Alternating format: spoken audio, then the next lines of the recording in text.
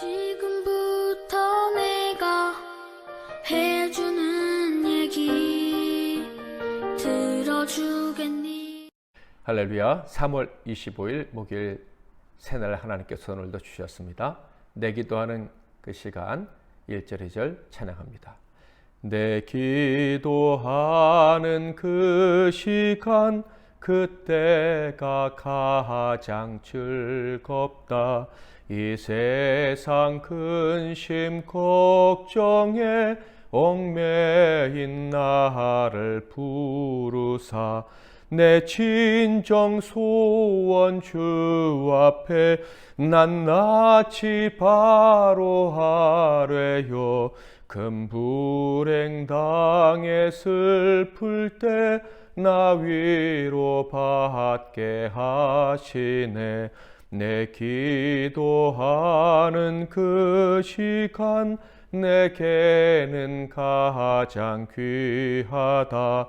저 광야 같은 세상을 끝없이 방황하면서 위태한 길로 나갈 때 주께서 나를 이끌어 그 보좌 앞에 나아가 그는 예 받게 하시네.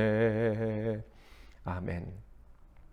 오늘 하나님께서 주시는 은혜 말씀은 신약성경 누가복음 21장 29절에서 38절 말씀이 되겠습니다. 누가복음 21장 29절에서 38절 말씀 중에서 36절만 봉독해 드리겠습니다. 이러므로 너희는 장차 올 이 모든 일을 등이 피하고 인자 앞에 서도록 항상 기도하며 깨어 있으라 하시니라. 아멘. 오늘은 종말의 때를 준비하는 방법, 종말의 때를 준비하는 방법이란 제목으로 하나님 말씀을 상고하겠습니다. 예수님께서는 앞서 마지막 심판의 날, 곧 종말의 때와 그 징조에 대해서 말씀해 주셨습니다. 그리고 오늘 본문 말씀을 통해서는 참된 성도들이 그 마지막 때를 어떻게 준비해야 되는지에 대해서 말씀해 주고 계십니다. 29절부터 31절을 먼저 읽어보겠습니다. 이에 비유로 이르시되 무화과 나무와 모든 나무를 보라. 싹이 나면 너희가 보고 여름이 가까운 줄을 자연히 아나니 이와 같이 너희가 이런 일이 일어나는 것을 보거든 하나님의 나라가 가까이 온 줄을 알라.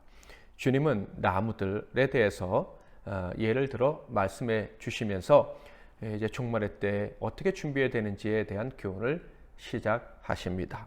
무화과 나무와 다른 나무들이 싹을 내면 여름이 가까이 왔구나 라고 너희가 생각을 하지, 마찬가지로 내가 너희에게 들려준 그런 종말의 징조들을 보거든 마지막 때가 가까이 온 줄을 알아라 라고 말씀을 하십니다. 그 마지막 때는 특별히 언제입니까? 심판의 때이기도 하지만 하나님 나라가 임하는 때, 정확히 말씀드려서 하나님 나라가 완성되는 때입니다. 자, 그런데 이스라엘 백성들은 어떤 생각을 가지고 있었느냐 하면요, 하나님의 나라의 중심은 예루살렘 성전이라고 생각을 했어요. 그래서 예루살렘 성전을 잘 지키고 있으면, 예루살렘 성전을 수호하고 거기 그 성전을 중심으로 살아간다면 하나님 나라가 그곳에서 완성이 될 것이다 라고 생각을 해왔습니다. 그래서 예수님께서 예루살렘 성전에 입성하실 때 그들은 그렇게 기뻐하며 환영을 했던 것이고, 또 다른 부류의 사람들은 예수님이 성전으로 들어오시고 성전에서 가르치는 것을 아주 불편하게 생각을 했습니다. 왜냐하면 예수님이 자기 편이 아닌데 그 성전을 중심으로 나라를 세우면 큰일 난다고 생각을 했었기 때문이죠. 그런데 사실 예수님의 말씀을 들으면서 그들은 혼돈을 겪기 시작했습니다. 왜냐하면 예수님의 교훈은 바로 그 성전이 허물어질 것이다 라는 말씀이 핵심이었기 때문입니다. 이 성전을 다 헐어버려라, 내가 사흘 만에 다시 세울 것이다 라는 말씀을 이 예루살렘 성전에서 하시는 순간 그들은 참 큰 혼란과 충격을 받을 수밖에 없었던 것이죠. 그러니까 그들이 가지고 있었던 하나님 나라에 대한 개념과 예수님이 가지고 계셨던 것이 완전히 달랐다 하는 거예요. 그들은 예루살렘 성전을 지켜내므로 하나님 나라를 맞이할 수 있게 될 것이다 라고 생각을 했습니다. 그렇게 하나님 나라가 세워지는 줄 알았어요. 그러나 주님은 전혀 다른 생각을 가지고 계셨던 거예요. 그 성전은 무너져야, 파괴되어져야만 하나님 나라가 다시 세워질 수 있다라는 것입니다. 그런데 예수님께서 무너지고 파괴되어져야 된다라는 것은 그 성전만을 말씀하시는 것이 아니었죠. 바로 예수님의 육체도 의미하는 것이었어요. 예수님의 육체도 다른 사람들의 모든 육체와 함께 완전히 무너져야만 된다. 그래야 하나님 나라가 다시 세워질 수 있다라는 것이 예수님의 생각이었죠. 왜 파괴되어져야만 합니까? 성전이 파괴되어져야만 되는 이유는 그 성전은 모든 죄악의 상징과도 같았기 때문입니다. 거기에는 모든 탐욕과 위선이 가득 차 있었습니다. 악한 자들의 횡포가 거기에 있었어요. 약한 사람들을 착취하고 약한 사람들에 대해서 폭력을 행사하는 온상이 바로 그 성전이었습니다. 거짓과 위선, 하나님을 두려워하지 않는 불신의 결정체가 바로 성전이었습니다. 그래서 그것이 무너져야만 했던 것이죠. 또한 예수님의 몸이 왜 무너져야 되고 파괴되어져야만 합니까? 예수님의 몸은 바로 모든 사람의 죄악의 집합체 그 자체였기 때문에 그렇습니다. 예수님은 모든 사람의 죄를 짊어지셨어요. 그 육체 말이죠. 이것이 구약 성경에 이미 예언되어 있었던 것입니다. 그래서 예수님의 몸은 찢어지고 파괴되어져야만 했습니다. 이사야 53장 5절 6절 그가 찔림은 우리의 허물 때문이요 그가 상함은 우리의 죄악 때문이라 그가 징계를 받음으로 우리는 평화를 누리고 그가 채찍에 맞음으로 우리는 나음을 받았도다. 우리는 다 양 같아서 그를 행하여 각기 제 길로 갔거늘 여호와께서는 우리 모두의 죄악을 그에게 담당시키셨도다. 예수의 몸도 성전과 함께 찢어지고 깨어지고 부서져 버리는 것, 그것이 사랑이신 하나님 아버지의 계획이었다 하는 거예요. 사랑하는 성도 여러분, 이 말씀을 통해서 우리가 그리고 우리의 교회, 성전이라고 하는 우리 성도들의 모임이 어떤 상태에 있는지를 늘 확인해야만 하는 것입니다.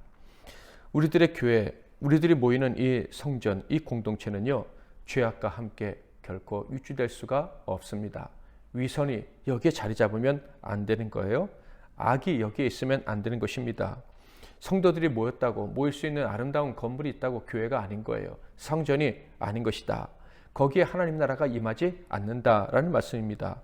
하나님 나라에 합당한 삶을 살아가는 성도들이 모인 그곳만이 성전이라고 할 수 있고 거기에 하나님 나라가 임하는 것이고 그 백성들이 하나님 나라, 그 영원한 나라에 들어가는 자격을 갖추게 되는 것입니다. 그러므로 우리는 늘 점검해야 돼요. 우리가 모이는 이곳, 이 성전이 과연 주님을 주인으로 모시는 성전인가 하는 것을 확인해야 합니다. 정말 우리가 주인 되신 주님께 복종하고 있는지 점검해야 됩니다. 복종하면서 믿음, 소망, 사랑의 삶을 살아가고 있는지, 의와 평강과 희락이 넘치는 공동체를 만들어가고 있는지 늘 점검을 해야 합니다. 예수님이 계실 때처럼 우리 교회가 병든 자, 가난한 자, 죄인들을 위하고 그들이 쉴 수 있는 곳으로 만들어 가고 있는지를 확인해야만 하는 것입니다. 삶이 다 깨어지고 무너진 자라도 예수 그리스도의 부활하심과 함께 부활할 수 있다는 소망으로 가득 찬 공동체인지, 그런 공동체를 우리가 만들어가고 있는지 늘 확인하고 점검해야만 하는 거예요. 그래야지 우리 교회가 깨어지지 않고 심판받지 않고 마지막 때에 하나님 나라에 영광스럽게 입성하게 된다 하는 것입니다. 그것이 바로 마지막 이 종말의 때를 준비하는 교회, 그리고 저와 여러분의 모습인 것입니다. 거짓 교회, 가짜 성전, 가짜 믿음은 반드시 무너질 날이 찾아오게 됩니다. 그날을 맞이할 수밖에 없어요. 왜냐하면 전능자의 말씀이기 때문에 그렇습니다. 32절 33절 내가 진실로 너희에게 말하노니 이 세대가 지나가기 전에 모든 일이 다 이루어지리라. 천지는 없어지겠으나 내 말은 없어지지 아니하리라.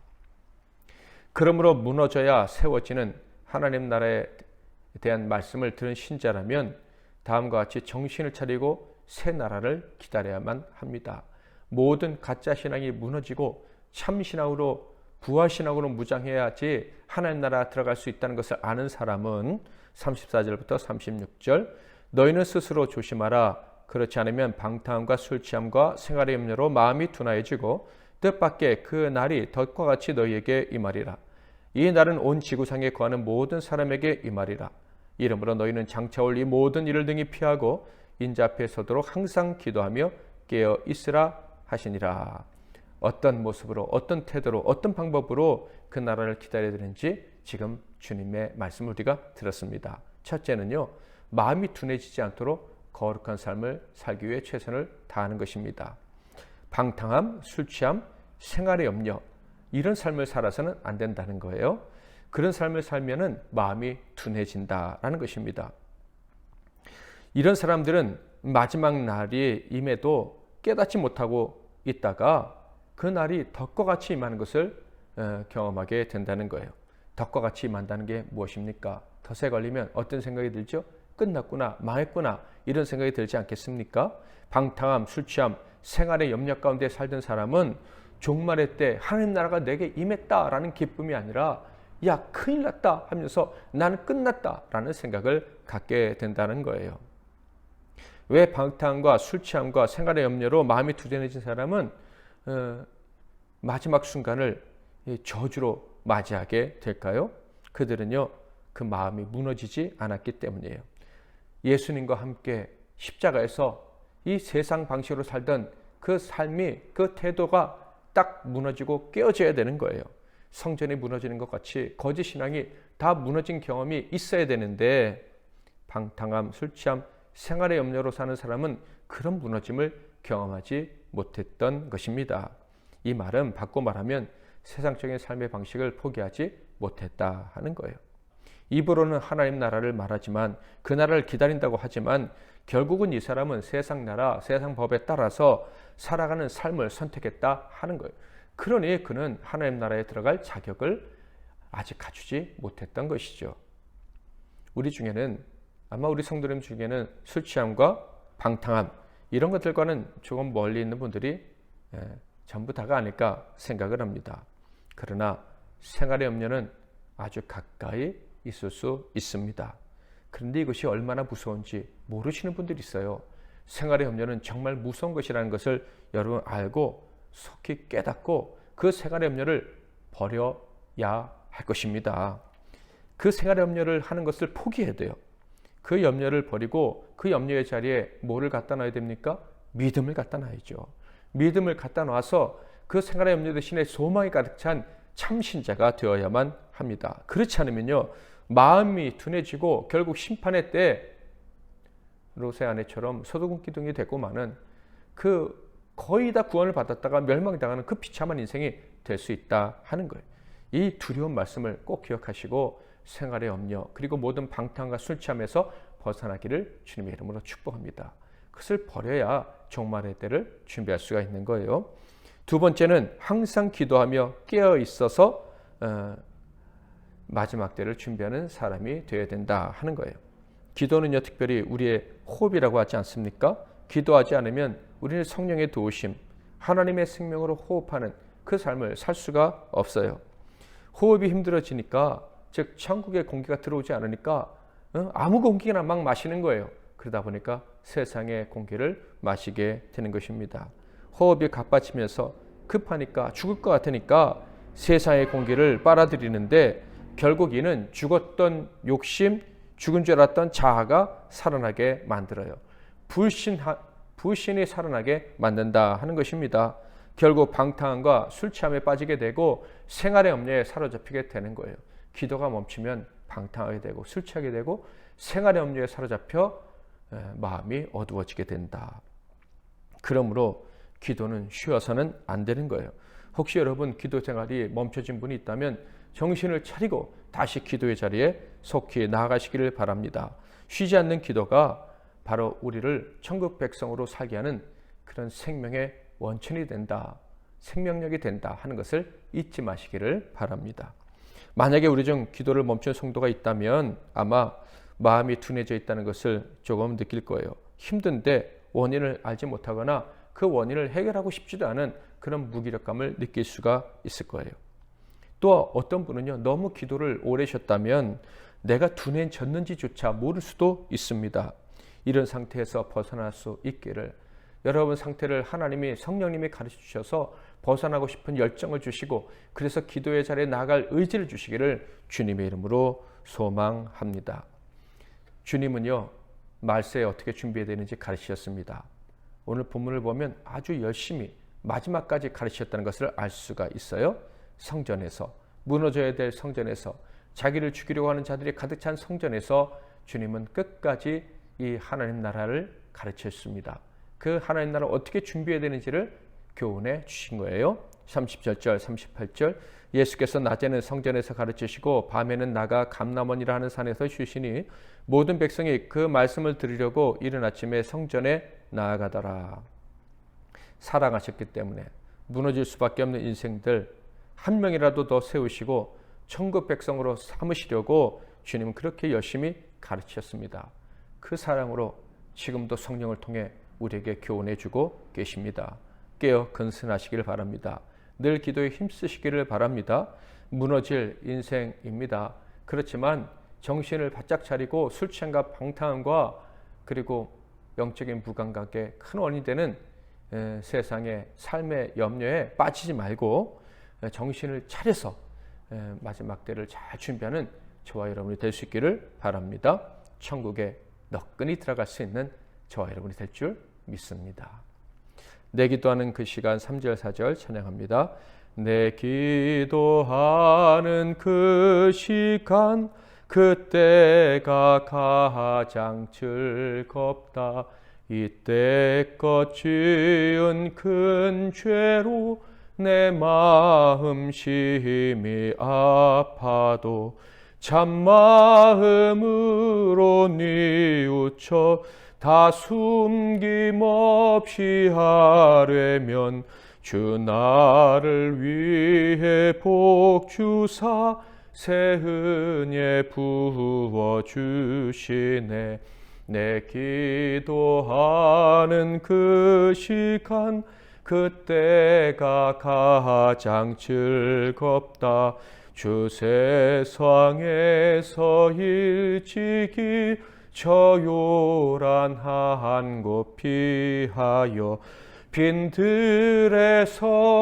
산에서 온 밤을 세워 지내사 주 예수 친히 기도로 근본을 보여주셨네. 아멘. 오늘도 주신 말씀 꼭 붙잡고 기도하시고 하루 승리하시기를 바랍니다. 제가 먼저 기도하겠습니다. 하나님 아버지, 이 죄악 많고 허물 많고 자격 없는 저희들에게 영원한 천국 하나님 나라에 들어가서 영원히 살 수 있는 자격을 허락해 주시니 감사합니다. 그 복을 받았음을 한순간도 잊지 않고 살아가는 저희들이 되게 하옵소서. 그 나라에 영광스럽게 들어가기 위해서 어떻게 준비해야 되는지 오늘 말씀을 통해 배웠사오니 결코 잊지 않고 말씀대로 살다가 그 나라에 다 들어가게 하옵소서. 예수 그리스도의 이름으로 기도하옵나이다. 아멘.